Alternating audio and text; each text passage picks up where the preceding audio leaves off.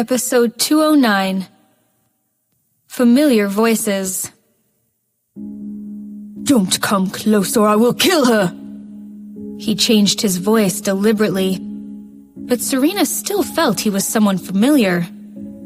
She must have heard his voice somewhere, but she did not say anything. The fact that she might know him did not reduce her fear. With the blade against her neck, she was taken away from the crowd to a dark road. The police and Jake were about 300 feet from them. Suddenly she saw headlights and heard an engine rumbling. It was a sports car. Everyone's eyes were caught. She clearly felt the criminal's muscles had relaxed. The sports car pulled over.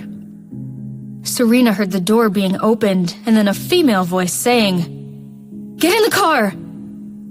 Familiar. Serena could not think of who it was before the criminal released her and got in the car. The car was gorgeous with spray-painted graffiti, looking like totems. Was the car designed to disturb the police's vision? She gazed at the license plate and found it was covered. The police ran behind it as fast as they could, but they were no match for the sports car. They tried to follow them with their own cars. The sports car sped off. "He ran away again!" the policewoman yelled. Jake immediately came up to check on Serena. Holding her face, he whispered, "Are you okay?" Feeling his hands were shaking, she took his hand and hugged him. "I'm fine. Don't worry." Jake let out a sigh of relief and then chuckled. Now she was reassuring him. He picked her up and walked towards the car. Keith had driven the car over, ready to chase the criminal's car for Serena. Seeing Jake carrying her over, he let out a sigh of relief and unlocked the car. Jake put Serena inside carefully and asked, "Are you hurt?" "No, but..." Serena paused for a minute before she said, "I think their voices are familiar. Both the man and the woman. I must have heard them talking somewhere." Jake had a sharp look. "Someone you know?" "Not necessarily, but I've definitely heard their voices before. That's why I felt a bit reassured when the guy said not to harm me." "Impressive." Keith gave Serena a thumbs up. "You know who they are?" "No idea." Jake got in the car and closed the door. "No matter who they are, try to avoid them. Both smuggling and selling drugs are felonies." "Got it." Serena lay in his arms and closed her eyes. "I'm so tired. Let me sleep for a while." Jake straightened his back for her to lay on his lap. Caressing her hair, he suddenly became relaxed. At the same time, he thought of the terrible possibilities that could have happened to her. Luckily, she was fine. He promised himself he would never, never take her to such places again. When they got home, it felt warm and cozy. Nola, Carson, Alex, and Grandpa were all sitting in the living room. Carson and Alex were playing chess, while Grandpa and Nola were watching an old holiday film. Seeing Jake carrying Serena inside, they looked over. "Hush." Jake glanced over and carried Serena to the bedroom. Captain Robinson checked the time. It was almost midnight. He grunted and gave Keith a stare. "What did you do?" "We went to have some fun. Jake took me." Keith spread his hands. "You know I always listen to him." "Not true. Keith took us." Serena had walked out, yawning. "Keith, you are terrible."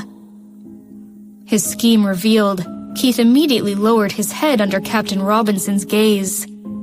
"Sorry, Grandpa. My bad." Grandpa sneered and said, "She's okay?" pointing towards Serena. Keith nodded and said, "Actually, she's better than all of us." Alex grunted in the background as his father checkmated him in the game. "You have great luck, Dad, but I could honestly take you if we had a rematch." Carson Robinson laughed loudly. You're a good chess player, son, but a sore loser. Okay, come everyone, gather here. It's almost midnight. Nola called out to everyone. Grandpa got excited and asked Alex, Go get the firecrackers. Let's light some tonight. Alex said, Grandpa, we don't have firecrackers in the house anymore. We aren't children. We haven't had them since 15 years. Grandpa was dazed and then became upset. When did we decide to not have firecrackers on New Year's? Very bad. Let's just watch the ball drop on TV and go to bed, Grandpa. Jake walked out and stood still next to Serena. He checked the time and said, It's almost midnight. Aren't you tired? You usually go to bed at 9 p.m. I was waiting up for you guys. Grandpa stared at them. We could have celebrated New Year together as a family, but you guys went to play and took my baby little great-grandchild with you. Without seeing you home, how could I sleep? Serena was a bit embarrassed and reminded him, Not born yet, Grandpa. Only more than 8 months away? Well, I must think of a great name for him or her, Grandpa said. Nola called out to everyone yet again, and the Robinsons celebrated the New Year together as a family in almost 5 years. One by one, each of the family members retired into their bedrooms. Grandpa slowly walked away with his cane and smiled at Serena. The next morning was a lazy one in the Robinson household. Everyone slept till late. As a result, Serena woke up at 10 a.m. By the time she woke up, Jake was not in bed. She rubbed her eyes and washed her face. She thought about the previous night and the voices she had heard. The woman, the masked man. It all sounded too familiar. When she was ready to go out, Jake walked back in, breaking her thoughts. Seeing her coming out of the bathroom, his first reaction was to check her feet. Great. She was wearing her shoes. Why didn't you sleep more? He opened the closet and got her a winter dress. She took it over and said, You think I'm a log? That I could sleep all day? She took off her fluffy pajama top and put a bra on. Her fair skin made Jake a bit dizzy. Trying to look away, he overestimated his self-control. Feeling helpless, he said, I find you getting more and more comfortable in front of me.